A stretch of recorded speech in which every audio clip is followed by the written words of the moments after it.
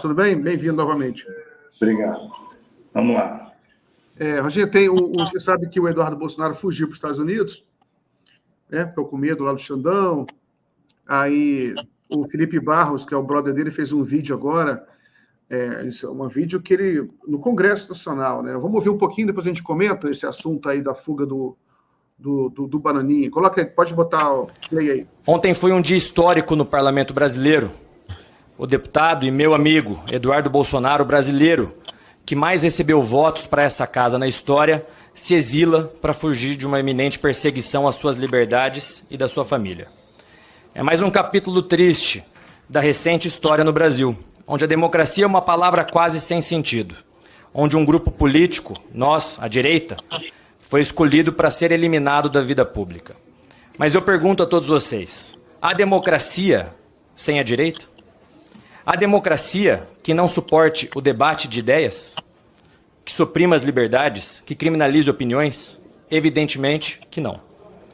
A despeito de combate a um suposto extremismo, se pratica o pior extremismo de todos, o da coerção estatal e o da judicialização da política.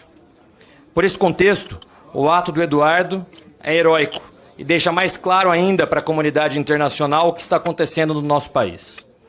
Todas as minhas condolências ao Eduardo, à sua família, ao presidente Bolsonaro, o maior líder dessa nação, perseguido pelos nossos opositores políticos. Logo, é com imensa responsabilidade que recebo a missão do presidente Bolsonaro e do meu partido, PL, para presidir a Comissão de Relações Exteriores da Câmara dos Deputados. Trincheira tão importante para que resgatemos a nossa verdadeira soberania, nossas liberdades, para que a nossa democracia volte a ficar de pé.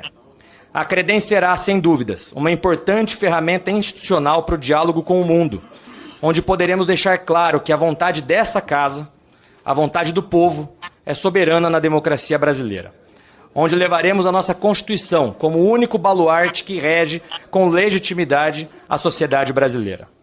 É importante lembrar que não há soberania sem povo.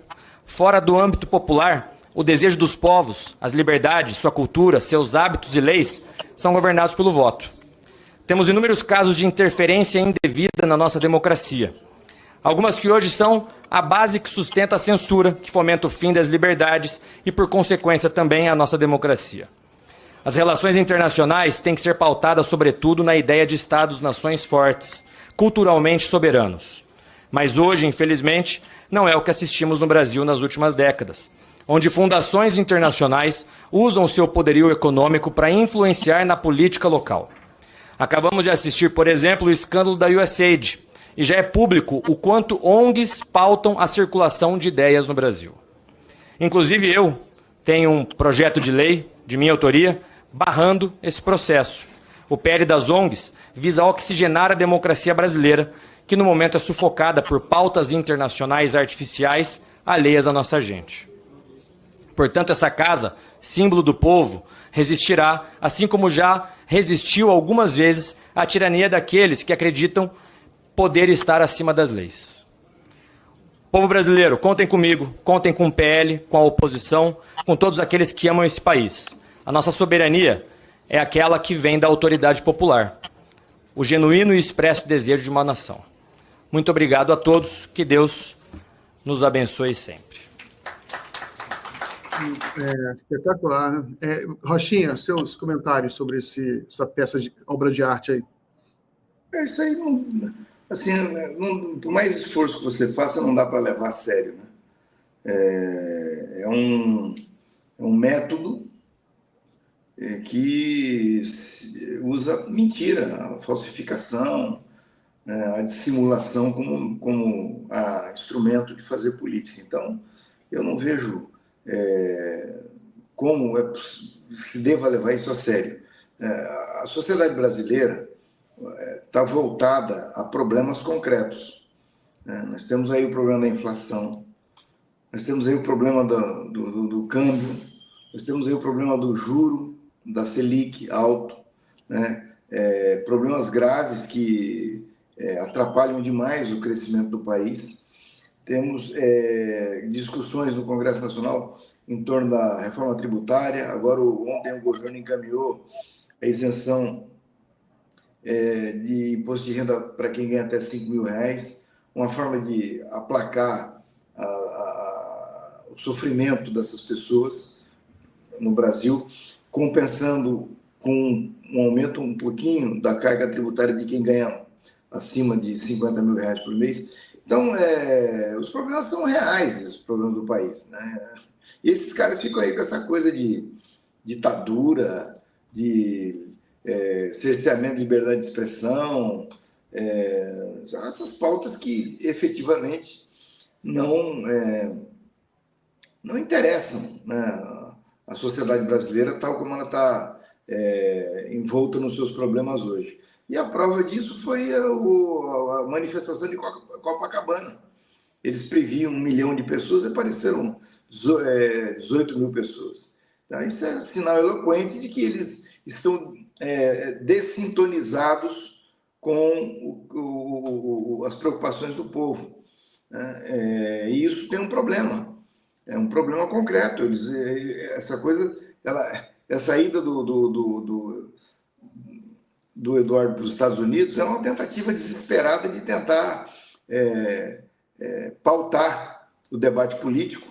Não vão conseguir, isso aí não vai acontecer. É pouco provável que eles consigam instrumentalizar a Comissão de Relações Exteriores para esse propósito. As pessoas estão vivendo aqui no Brasil, estão vivendo aqui, não tem nenhuma ditadura, não tem nenhuma tirania, não tem nada que se assemelhe às palavras que eles usam.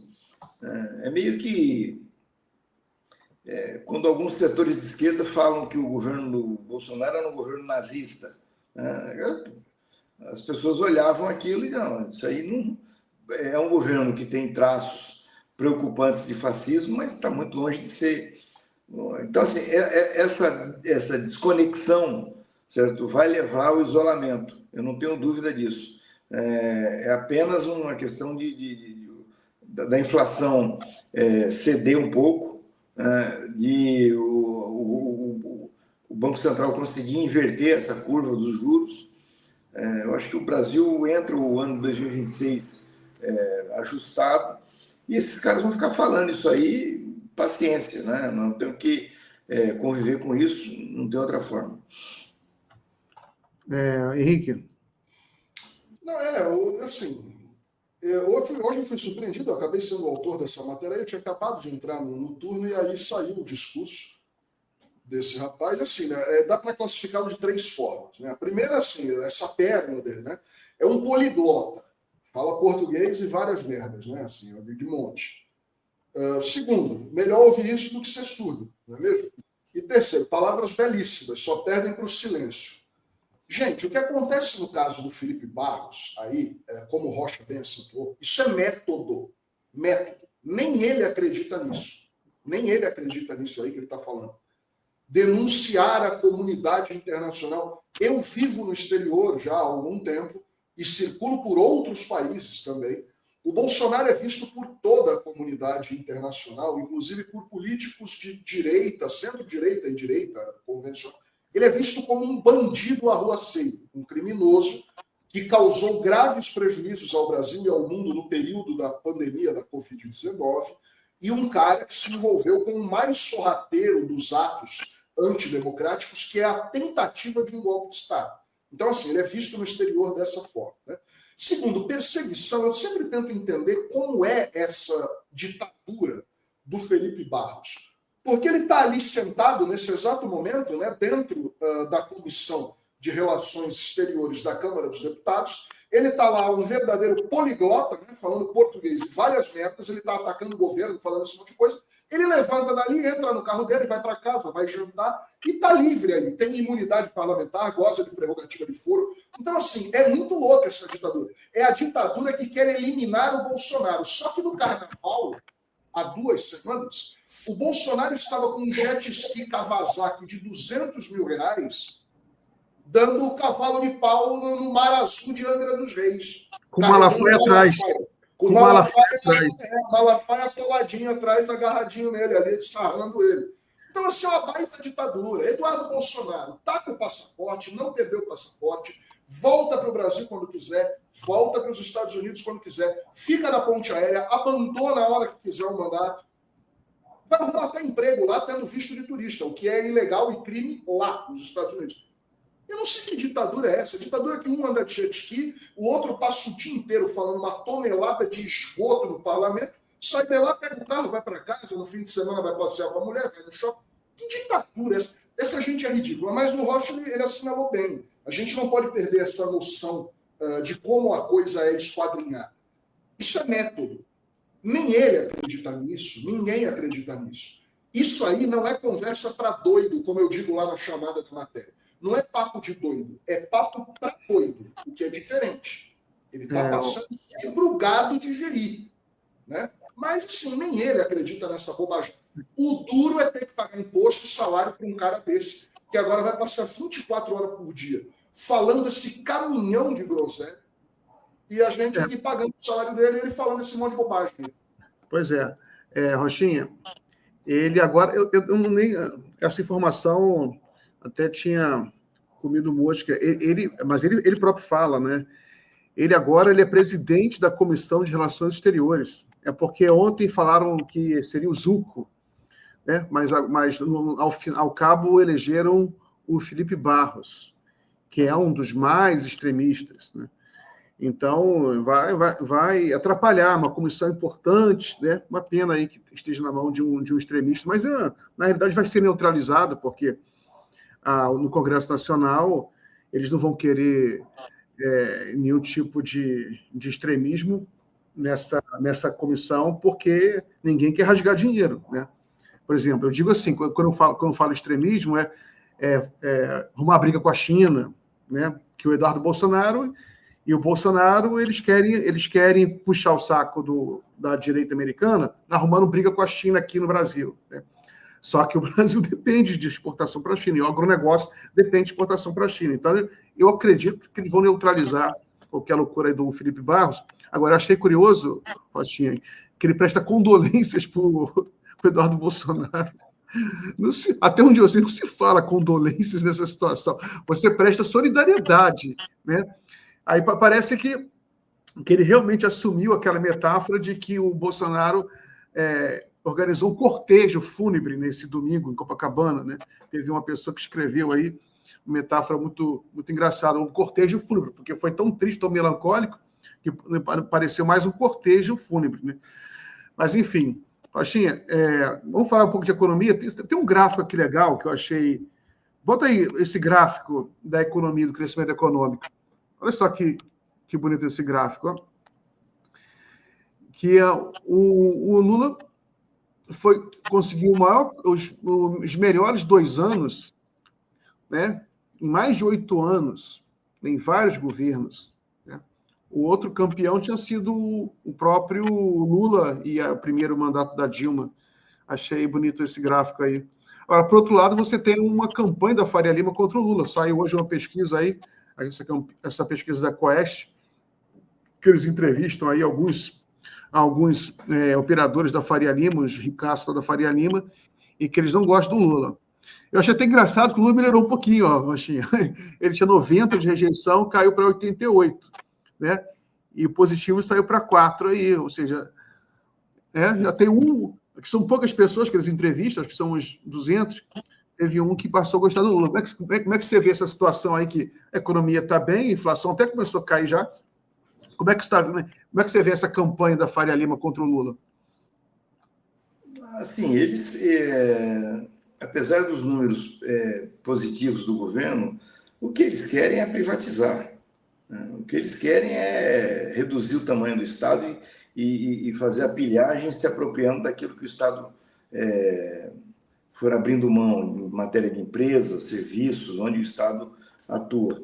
E esse governo aí não vai fazer isso, não vai privatizar Correio, não vai precisar mexer na Petrobras, Caixa Econômica, Banco do Brasil, etc. Então é o seguinte, e é um governo que tem uma tendência de intervir dentro das possibilidades que o capitalismo brasileiro oferece, intervir na economia e usar o Estado como indutor de desenvolvimento. Então isso desagrada profundamente eles. Agora, se o mercado financeiro tivesse alguma importância, né, eles teriam eleito Meirelles presidente da República em 2018. Se tivesse alguma importância em matéria eleitoral, eles teriam reeleito o Bolsonaro, né, e não conseguiram. Eu penso o seguinte, nós temos que nos concentrar no principal. Quer dizer, o principal para nós nesse momento é a economia. Eu acho que o acerto da base à esquerda do governo, que está dentro e fora do governo, manter a coerência ideológica, manter a relação forte com o legado dos governos Lula, que você mostrou aí no gráfico, tirando aquele período do segundo mandato da Dilma, que de fato foi um caos, uma tragédia. No mais, o povo tem uma lembrança doce dos governos do Lula, e que esse bom desempenho que o governo está tendo tende a reforçar isso, né? Como você disse, a inflação começa a ceder, o governo está tomando providências para resolver, assim, de maneira ainda que improvisada, os gargalos que nós temos, e vai, na medida do possível, fazer investimentos para corrigir definitivamente os gargalos que nós temos. É um problema seríssimo no Brasil, com a Conab, que foi demolida pelo Bolsonaro, precisa ser reconstruída. Isso está sendo feito. As pessoas não têm notícia, não acompanham, mas está sendo feito um trabalho lá pelo Edgar Preto. Inclusive, ele veio ontem aqui. O Rochinha caiu. Rochinha, a gente vai começar outro bloco. Só trouxe de volta, estava bem despedido de você. Tudo bem? Grande abraço, meu camarada Zaratini. Força! Eu acho o seguinte, essa conversa esse caminho que eles escolheram é o caminho para o fracasso, porque assim, a mentira ela não consegue caminhar, andar muito longe, do jeito que está sendo colocada, né? Então, acho que isso aí não tem futuro. Na medida que o governo consiga ter mais avanço na questão econômica, o bolsonarismo vai caminhar para o isolamento, e nós vamos nos livrar disso, dessa doidice, desse sanatório, né, intelectual que eles estão querendo nos impor. Um grande abraço a todos. Abraço, Rochinha.